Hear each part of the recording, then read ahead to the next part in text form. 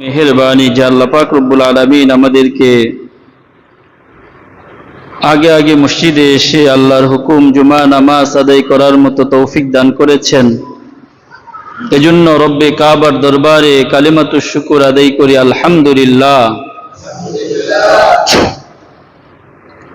আমি যে আয়াতে কারিমা এবং হাদিস তেলাওয়াত করেছি, এই হাদিস এবং আয়াতের বিষয়বস্তু হচ্ছে নামাজ।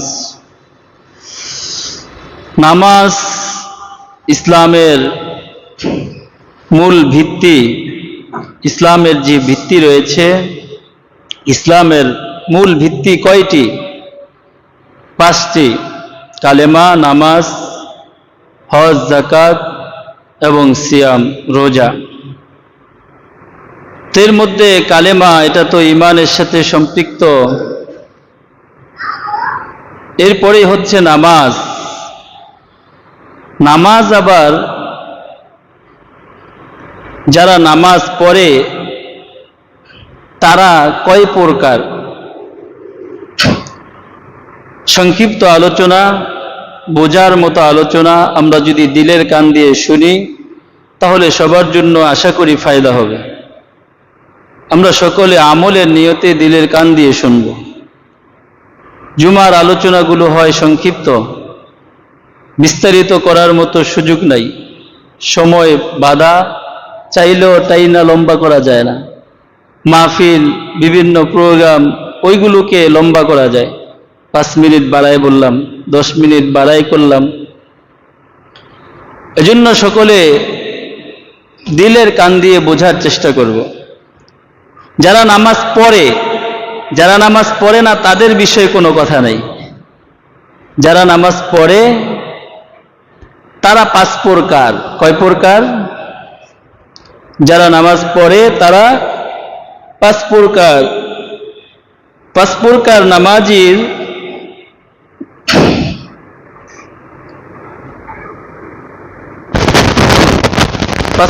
নামাজির এই নামাজি যারা নামাজ যারা পড়ে তারা 5টা দল। 5 দল নামাজির, তাদের 5 প্রকারের নামাজ। এর ফলাফল 5 প্রকার। এর ফলাফল কি? 5 প্রকার।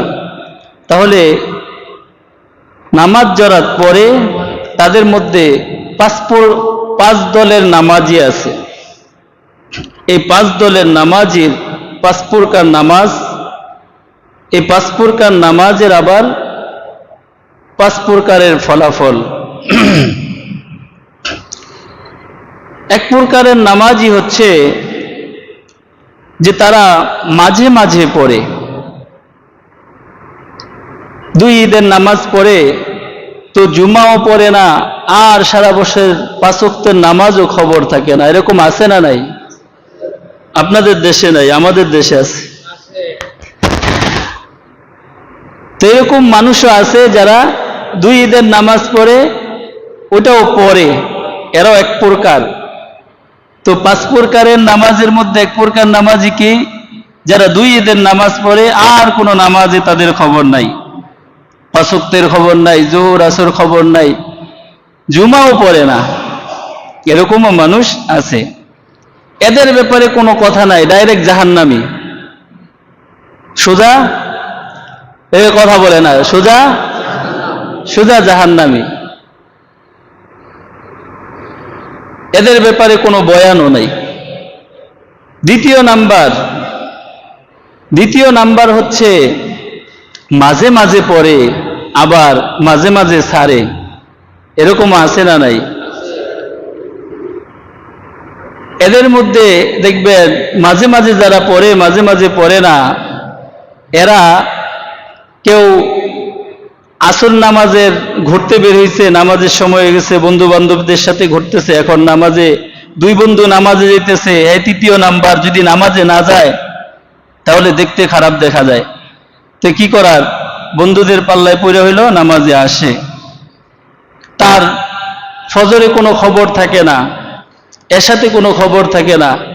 মন চাইলো 2 ওয়াক্ত পড়লো, তো 2 ওয়াক্ত পড়লো না। তো এরকম এই নামাজিদেরকে দেখবেন কখনো ফজরে পাইবেন না, আছে না নাই? তো এরা ফজরে কখনো আসে না। এই নামাজি এই মাঝে মাঝে পড়ে, মাঝে মাঝে পড়ে না, এদের বেলাও কি? এরাও বিনা হিসেবে জাহান্নামী। নাউজুবিল্লাহ বলবেন না? আল্লাহ তাআলা মাফ করবেন করবেন না এটা তো আল্লাহ তাআলার ইচ্ছা আছেই। ঈমান আছে তাকে তো মাফ করবেন, শাস্তি পাওয়ার পরে আল্লাহ তাআলা মাফ করবেন, সে ঈমান আছে। এজন্য যার ন্যূনতম ঈমান আছে সে শাস্তি পাওয়ার পরে কোনো না কোনো সময় জান্নাতে যাবে, কিন্তু সে জাহান্নামী। তাহলে 5 প্রকার নামাজের মধ্যে কয় প্রকার গেল? 2 প্রকার। 1 প্রকার সে 2 ঈদের নামাজ পড়ে আর কোনো নামাজ পড়ে না, তাকে আর কোনো নামাজে খুঁজে পাওয়া যায় না, ওই লোকটাও জাহান্নামী। 2য় নাম্বার হচ্ছে যে মাঝে মাঝে পড়ে, মাঝে মাঝে পড়ে না, মন চায় পড়ে, মন চায় পড়ে না, ওই ব্যক্তিও জাহান্নামী। 3য় নাম্বার হচ্ছে যে সে 5 ওয়াক্ত নামাজ পড়ে। কি করে? 5 ওয়াক্ত নামাজ পড়ে। তো এই 5 ওয়াক্ত নামাজ যে পড়ে, 5 ওয়াক্ত নামাজ পড়ার সময় সে কি করে?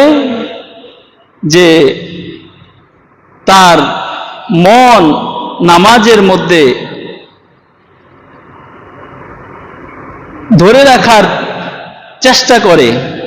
কি করে? নামাজে মন ধরে রাখার চেষ্টা করে।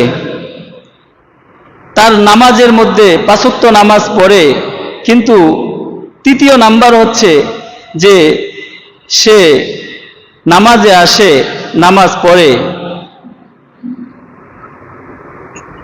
কিন্তু নামাজের মধ্যে সে মনোযোগ দেয় না। কি করে না? মনোযোগ দেয় না। এটা হলো 2য় নাম্বার। মাঝে মাঝে পড়ে, তারপরও কি করে না? তার নামাজের মধ্যে কোনো মনোযোগ থাকে না, এজন্য সেও জাহান্নামী। 3য় নাম্বার হচ্ছে সে 5 ওয়াক্ত নামাজ পড়ে, 5 ওয়াক্ত নামাজ পড়ে, কিন্তু তার শয়তান এসে নামাজের মধ্যে ওয়াসওয়াসা দেয়। শয়তান ওয়াসওয়াসা দেয় কই? শরীরের মধ্যে। শয়তান আইসা হামলা চালায় কিসের মধ্যে? হামলা কি শরীরে করে, মাথায় করে, হাতে পায়ে করে? না, শয়তানের হামলা চালায় মনের ভিতরে, মনের ভিতরে কুমন্ত্রণা দেয়। এজন্য ওই ব্যক্তি 3য় নাম্বার যে ব্যক্তি সে 5 ওয়াক্ত নামাজ পড়ে, কিন্তু তাকে আইসা যখন শয়তান মনের ভিতরে মন নিয়ে খেলা করে, দেখবেন নামাজে দাঁড়াইলে মানুষের মন কত চিন্তা আইসা ভিড় করে। খেতে কাজ রেখে আসছে, ব্যবসা বাণিজ্য রেখে আসছে, কোন হিসাব কোন জায়গায় গন্ডগোল লাগছে, সব নামাজের মধ্যে আসলে কমপ্লিট হয়ে যায়।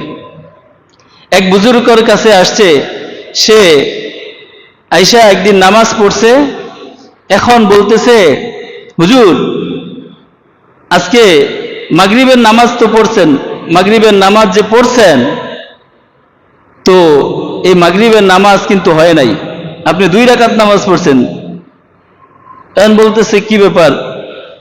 আমি তো 3 রাকাতই বললাম, আপনি কিভাবে 2 রাকাত বলতেছেন? এখন ওই লোক বলতেছে যে না, আমিও তো প্রত্যেক দিনই নামাজ পড়ি, কিন্তু আজকে যে আপনি ভুল করছেন এটা সত্য। কিভাবে সত্য? ওই লোক বলতেছে, আমার 3টা দোকান, এই 3 দোকানের প্রথম দোকানের হিসাব আমি প্রথম রাকাতে আমার করা কমপ্লিট হয়ে যায়, 2য় দোকানের হিসাব 2য় রাকাতে কমপ্লিট হয়ে যায়, 3য় রাকাতে 3য় দোকানের হিসাব কমপ্লিট হয়ে যায়। আজকে 2 দোকানের হিসাব শেষ হয়েছে, 3য় দোকানের হিসাব শেষ করতে পারিনি। তার মানে আপনি 2 রাকাত নামাজ পড়ছেন, 3 রাকাত হয় নাই। নাউজুবিল্লাহ বলবেন না? তো নামাজের মধ্যে কি করে? তার মন থাকে না,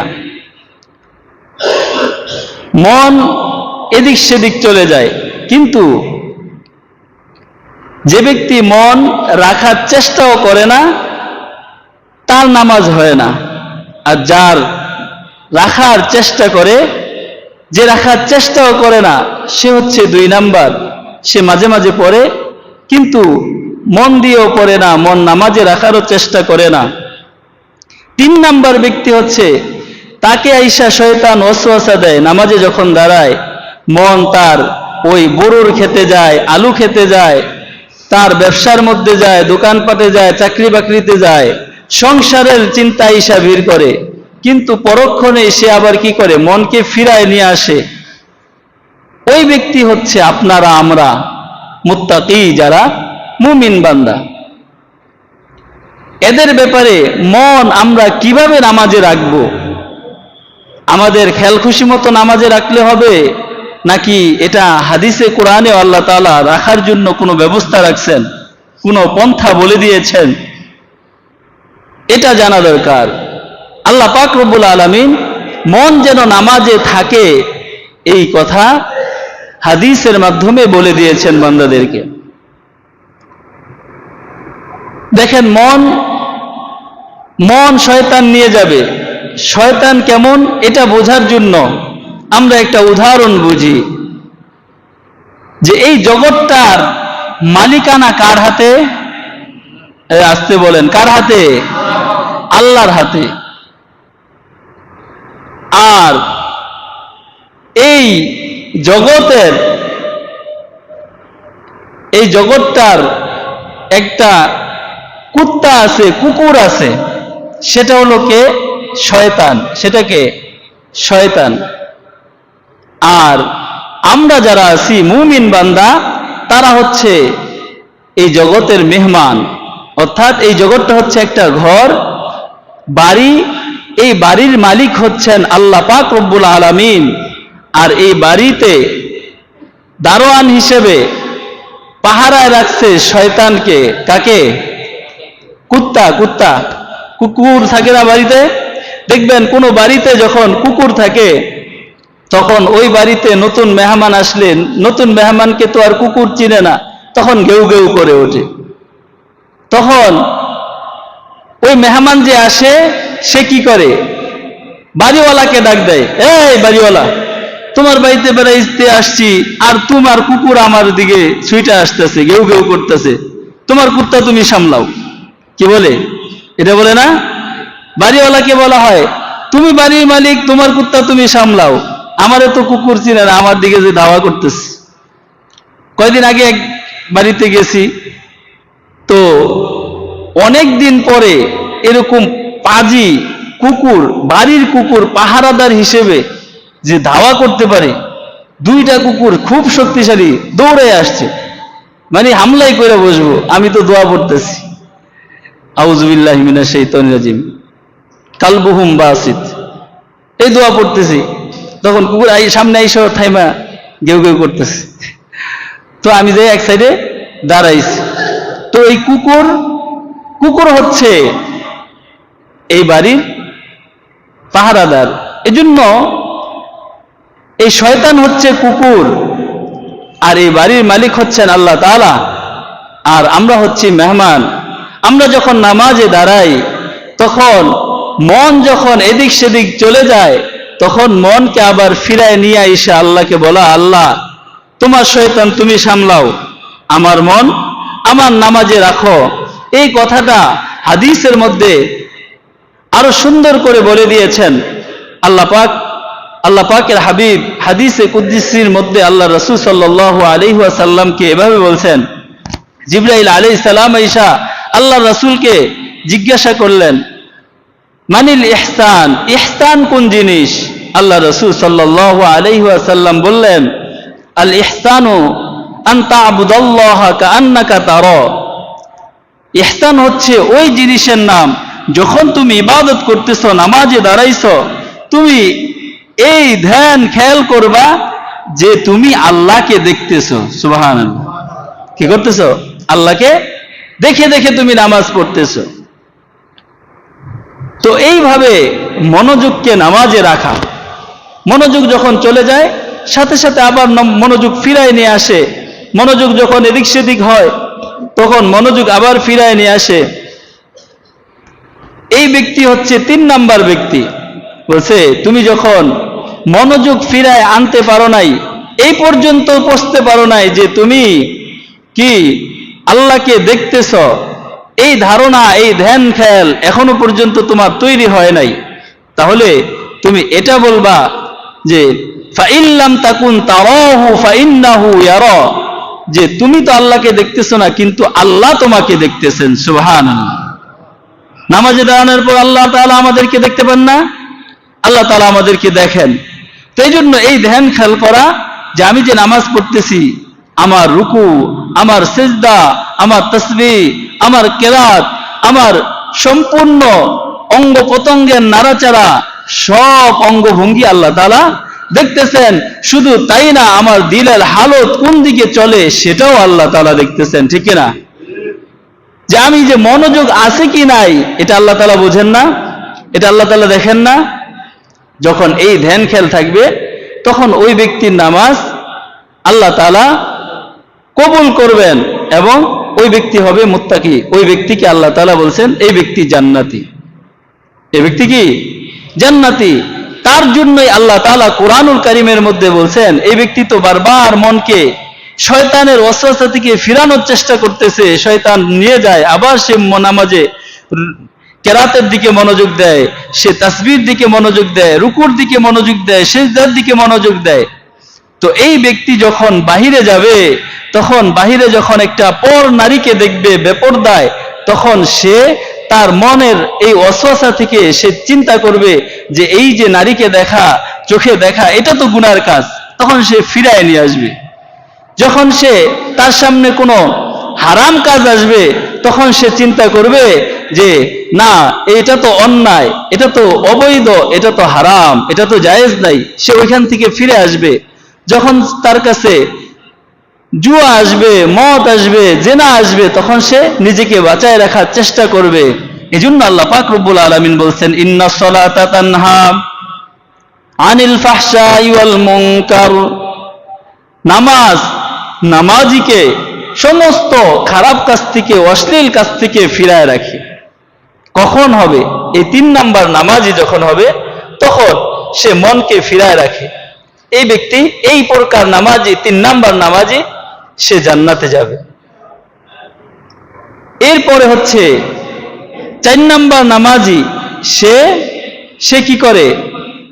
সে নামাজের মধ্যে মনকে এভাবে ধরে রাখার চেষ্টা করে। তার মনে এই যে শয়তান বারবার ওয়াসওয়াসা দেয়, শয়তান বারবার আসে, তাকে ওয়াসওয়াসা দিতে থাকে, হ্যাঁ, এভাবে বিরক্ত হইয়া শয়তান আর না পাইরা ওই যে ব্যক্তি নামাজে দাঁড়ায় তার কাছে আর শয়তান আসেই না। কি করে না? শয়তান তার কাছে আর আসেই না। এরকম ব্যক্তি হচ্ছে 4 নাম্বার ব্যক্তি। বলছে এই ব্যক্তিও জান্নাতি। সে তার নামাজের মধ্যে মনোযোগ কখনোই এদিক সেদিক হয় না, পুরা নামাজের ভিতরে তার মনোযোগ পুরা থাকে। এই ব্যক্তি হচ্ছে, সেও জান্নাতি। তাকে শয়তান ওয়াসওয়াসা দিতেই পারে না। কি করে না? শয়তান ওয়াসওয়াসা দিতে পারে না, শয়তান তার কাছে আসতে পারে না। আর 5 নাম্বার নামাজি হচ্ছে যে এমন ব্যক্তির নামাজ, যে নামাজ পড়ে আর দিলের মধ্যে নামাজের স্বাদ অনুভব করতে থাকে। সুবহানাল্লাহ। এমন স্বাদ অনুভব করে যা দুনিয়ার কোনো খাবার, কোনো সুখ, কোনো শান্তি, কোনো মজার ভিতরে সে অনুভব করে না। এত স্বাদ, এত আত্মতৃপ্তি অনুভব করে সে নামাজের মধ্যে। আর এই প্রকার নামাজই হচ্ছে আম্বিয়া আলাইহিস সালাম। এটা বান্দারা হতে পারে যদি সে নিজেকে ওই রকম আম্বিয়াদের সিফতে, সে তার আম্বিয়াদের গুণে গুণান্বিত করতে পারে। এজন্য হাদিসের মধ্যে আসছে আল আম্বিয়া আহইয়াউন ফি কুবুরিহিম, সমস্ত আম্বিয়া মৃত্যুর পরে তাদেরকে কবরে জিন্দা করে দেওয়া হয়। সমস্ত আম্বিয়ারা কবরের মধ্যে জীবিত। তারা কবরের মধ্যে কি করেন? ইউসাল্লুনা, তারা কবরের মধ্যে নামাজ পড়তে থাকেন। কেন নামাজ পড়েন? নামাজ তো দুনিয়াতে পড়লে লাভ আছে, আখেরাতে মরার পরে পড়লে কোনো সওয়াব নাই। বলতেছে এক লোকের ঘটনা আসছে, ঈসা আলাইহিস সালাম হেঁটে যাচ্ছিলেন কবরের পাশ দিয়ে, দেখলেন যে এক লোক কি করতেছে, কবরের মধ্যে সে এভাবে তেলাওয়াত করতেছে। হ্যাঁ, তেলাওয়াত করতেছে। এই তেলাওয়াতের শব্দ শুই না তিনি বলছেন সুবহানাল্লাহ। বলছেন তুমি কতদিন ধরে এরকম তেলাওয়াত করতেছ? ওই ব্যক্তি বলতেছেন যে আমি এরকম 40,000 বছর ধরে তেলাওয়াত করতেছি। তখন ওই ব্যক্তি বলতেছেন, যে ব্যক্তি হেঁটে যাচ্ছিলেন তিনি বলতেছেন সুবহানাল্লাহ। সুবহানাল্লাহ শোনার পরে কবরের ব্যক্তি কান্না শুরু করে দিয়েছেন, এমন হাউমাউ করে কান্না করতেছেন। তিনি আশ্চর্য হয়ে গেছেন, কি ব্যাপার, তুমি 40,000 বছর ধরে কবরের মধ্যে নামাজ পড়ে তেলাওয়াত করতেছ, তাহলে তুমি কান্না করতেছো কেন? বলতেছে তুমি যে সুবহানাল্লাহ বলছো, একবার এই সুবহানাল্লাহ বলার সওয়াবটা আমাকে দিয়ে দাও, আর আমি যে 40,000 বছর ধরে এই যে তেলাওয়াত করতেছি সূরা মুলকের, এই তেলাওয়াতের সওয়াবটা তুমি নিয়ে যাও, তেলাওয়াত তুমি নিয়ে যাও। 40,000 বছর তেলাওয়াত করার ফলে আমাকে এক পরিমাণ একটা নেকি কবরের মধ্যে দেওয়া হয় নাই, কারণ কবরে নেকির জায়গা না, নেকি খরচ করার জায়গা। আর দুনিয়া হচ্ছে নেকির কামাইয়ের জায়গা। তুমি দুনিয়াতে থাকতে যে একবার সুবহানাল্লাহ বলছো, এই সুবহানাল্লাহর বিনিময়ে আল্লাহ তাআলা তেজস্বী এক ঘোড়ার মতো, একটা ঘোড়া দৌড়ে শেষ করতে পারবে না এত বিশাল আকারের গাছ জান্নাতে তোমার জন্য তৈরি করে দিয়েছেন। সুবহানাল্লাহ। তো এজন্য আম্বিয়ারা কবরে নামাজ পড়ে। কেন পড়ে? তাদের সওয়াবের আশায় না, তাদের সওয়াব হবে এজন্য না, তারা পড়ে আত্মতৃপ্তি, তারা পড়ে মজার কারণে। যে নামাজের মধ্যে, তখন কবরের মধ্যে নামাজ পড়লে সরাসরি আল্লাহর সাথে সাক্ষাৎ, তারা আল্লাহর এই মজা নেওয়ার জন্য, তারা এই স্বাদ অনুভব করার জন্য তারা কবরের মধ্যে নামাজ পড়ে। বলছেন এইভাবে 5 প্রকার 5 নাম্বার নামাজি যারা হবে, তারা দুনিয়াতে থাকতে এরকম তারা দিনের মধ্যে নামাজ পড়ে আত্মতৃপ্তি স্বাদ অনুভব করবে। শুধু তাই না, কবরে যাওয়ার পরে তারাও নামাজ পড়বে আর আল্লাহর সাথে সরাসরি এই স্বাদ অনুভব করবে। সুবহানাল্লাহ। এজন্য হাদিসের মধ্যে বলছেন, যখন মৃত্যুর পরে সর্বপ্রথম নামাজের হিসাব হবে, আউয়ালু মা ইউহাসাবু বিহিল আবদু ইয়াউমাল কিয়ামাতিস সালাহ, সর্বপ্রথম নামাজের হিসাব হবে। প্রথম নাম্বার যে ব্যক্তি ওই ঈদের নামাজ পড়ছে, আর কোনো নামাজ নাই, সে নামাজের কি হিসাব দিবে? এজন্য সে জাহান্নামী।